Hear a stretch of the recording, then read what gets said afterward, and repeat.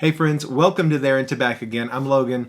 Thanks for joining the channel today. It is a very windy day here on the West Texas plains, and hopefully you can't hear the roaring of the wind outside. We're having to pretty much hold everything down, keep it from flying away today. But that's West Texas. Anyway, today I am finishing up this series that I started a while back on blending tobaccos, and I'm talking about Orientals. That is not what I'm smoking, though. Hopefully I didn't let it go out. I did, almost. It's not good. There you go. Oh. Today I decided not to smoke what I'm talking about. I am smoking Capstan, Tolkien's favorite, Virginia. Capstan with the blue label. Probably my favorite straight Virginia. It's the most aromatic. Anyway, I'm not talking about Capstan today. I'm talking about Orientals. So, Orientals, I don't know if I'm going to be able to talk about them and still smoke, but I'll try. This one likes to go out on me. Orientals, I'm smoking it in this crown pipe. It's kind of a cheap basket pipe that I was sent for free on an order a few years ago from, I can't remember where, Pipes and Cigars or Smoking, I can't remember where it was. But it's actually turned out to be a pretty great little pipe. It does have a little whistle. I don't know if you can hear that, but anyway. So Orientals, let's talk about them. And I've left it off till the very end because it's, I think that Orientals, also called Turkish, deserve probably a series of their own. There are 40 different varieties, at least 40 different varieties of Orientals that you can get, and they all have their own sort of flavor profile.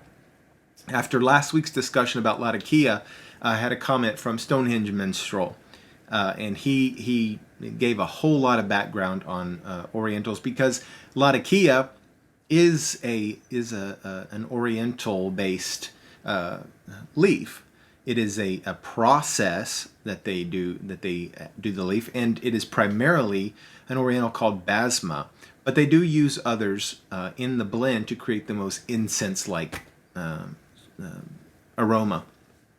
So Orientals, 40 different varieties. I'm not going to name them all, but some that you might have heard of. There's Basma, there is Yenage, there is Izmir, there is Drama, there's Samson, and all of these all have a very, they kind of have their own characteristics and their own flavor profiles. They're all sun-cured tobaccos, which means that after they're harvested, they're basically laid on racks in the sun, and that creates that cures them, kind of brings them. Some of them turn this tan color, some to light yellow, some of them on kind of a reddish tone. Most of them in that sort of tannish range, and they're a very small leaf tobacco plant. So. But the flavor profiles that we're talking about in use of your blends, some people refer to them as spice tobaccos, and they can be. They can add sort of some of them can have a little bit of a rough edge. I've heard Yenage has Jim Inks. If you've ever gone to tobaccoreviews.com, and I highly recommend it if you're looking at tobaccos, or if you've never gone, give it a try. Jim Inks is one of the, I think he has smoked every single type of tobacco on the planet.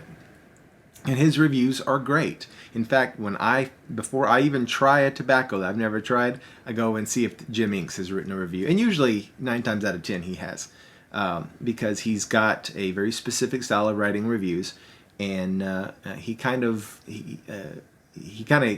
doesn't beat around the bush. He gets right to it. He has referred to a note, sort of a taste note of Yanij Oriental as a soda note, and that may not be a good describer for you, a good descriptive adjective, but to me that means that there's almost an effervescence to it that creates sort of a carbonated water note that's in there. That's almost sort of a tanginess. If you ever had carbonated water, then you know it doesn't taste just like regular water with bubbles in it. There's a certain flavor that is added to it by the carbon dioxide that they put into it, that creates sort of a tanginess to the bubble. And that to me makes the most sense when I smoke things that have Yanij in. And Izmir is a very popular one that you'll find as a blending tobacco at pipes and cigars, smoking pipes. You can get Izmir. It's a light yellow, sort of a tangy / buttery flavor. And it's great in blending. I love blending with Izmir. One that I recommend to anybody who's getting into blending with Orientals. There is a blended, pre-blended Oriental Turkish mixture. It's 3 different Orientals that they put into it. And you can get it at Pipes and Cigars. That's where I've gotten it in the past. And it is, I can't remember the 3 that are actually in it right now. They've just left my head. It's 3 that are very complementary. I believe it's Samsun, Izmir, and one other. But anyway, they're highly aromatic, almost like an incense sort of smell in the air. They add a buttery note. They add a slight sort of sour note, and they add just a touch of spice to it. Not too much like it's going to burn your tongue or anything like that. In fact, most of the time when you hear spice tobacco, don't think of spicy like a jalapeno pepper. Think of a flavor profile of spiciness, like in Perique, where you might get something that tastes like black pepper. It's not spicy like black pepper, but you get a spice to it. Or like a spice that you might get from tannins in a red wine. It kind of adds sort of there's a profile or a characteristic that sort of tingles the tongue maybe a little bit, or adds a specific spiced flavor, in sort of the way that cinnamon might add a spice flavor. So anyway. This particular blend is what I go to. It's what I use in most of my blends just because it takes a lot of the guesswork out in terms of flavor profiles. I get everything that I love about Oriental tobaccos in a single blended Oriental blend that I get. But you can sometimes find Basma, Samsun, Izmir. I have never personally been able to find Drama or Yanij on its own. Now, wholeleaftobacco.com sometimes has more varieties, but those come in whole leaf and you have to shred them yourself. So if you're not used to doing that, I would avoid that. But if you're really wanting to dive in to the various flavor profiles of Orientals, Oriental Turkish, give that a try.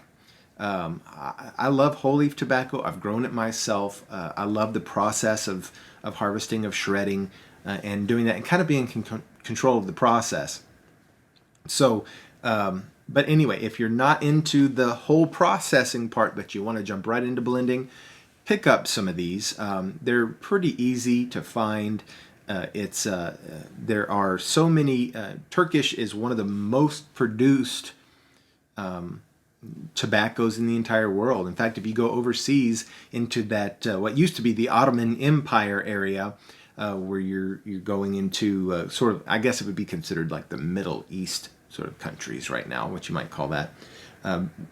You would find cigarettes.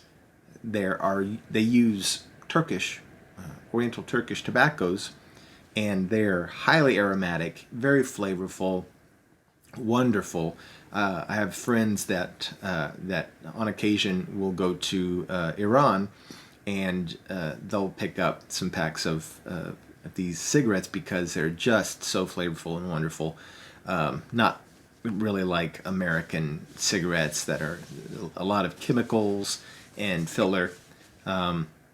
Turkish cigarettes, as I understand, many of them are pretty much pure tobacco. Some are filtered, some are unfiltered. But I love what Orientals bring to a blend. They often are added to what you might call Balkan blends. Orientals and Latakia added into what is it considered an English sort of format. In fact, there's a little bit of debate between is an English and a Balkan, and it's really just nomenclature. English was purity laws, and that's anything that was created in England had to fall under this purity law.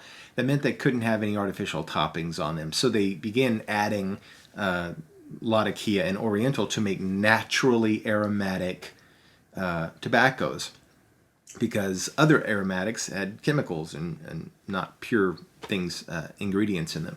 So English tobaccos were just those things that fell under English purity laws. But this concept of the Balkan came out when they started adding a heavier content of Latakia or Orientals into the blend, not just for aromatic, but for kind of this rich, darker flavor. And really, the line kind of moves on what you might want to call an English or what you might want to call a Balkan. So anyway, traditional English Balkans contain Orientals or Latakia in certain amounts. And you'll find that most of the time. So anyway, as you get started trying, if you can find multiple varieties of Orientals, try several varieties and see what those taste like to your palate. If you kind of know what you're looking for, I would suggest getting the pre-blended 3 tobacco blend from Pipes and Cigars that they offer, because I find that it checks all the boxes for Oriental for me in my blends. And if you're just getting started, give that a shot. Again, with Orientals, I usually go towards the heavy side. That's one of those things that I don't limit myself to a 10%. You might want to, if you're just getting started. If you like that buttery tanginess, maybe kick it up to a 20% in your blend. I've got blends where I've made that the base tobacco because I love the taste of Orientals and Turkish tobaccos. But again, if you're just starting, start small. That should be the general rule in your blending. Start small, get it to a specific percentage, a specific ratio in your blend, and then you can always add more. It's really hard, impossible even, to add less once you've added so much. So start small, and most importantly, with all of these blending tobaccos that you do, if you've decided to jump into it, have fun in the process. You're not going to make something that's disgusting. Even if you were to make it, and again, we're starting in small batches, you can add any amount of anything else to try and change it. Maybe even try taking a blend that you love and add something to it. Add a little bit of Oriental, add a little bit of Latakia, add a little bit of Perique. Even if you're scared of Perique, add Perique. And just see what you can do, and you'll find that will help you build confidence in your ability to blend. And that's been my whole point in this blending series, is just trying to break you out of maybe a comfort zone, or maybe get you over this hump where you've been scared to jump into it because maybe you don't have the knowledge of all these individual characteristics. Well, now, hopefully, you've watched all the videos and you can feel confident that you could pick out individual flavors and you know what you might want to try. Grab some Orientals, throw them in a pipe. Tell me what you think in the comments below.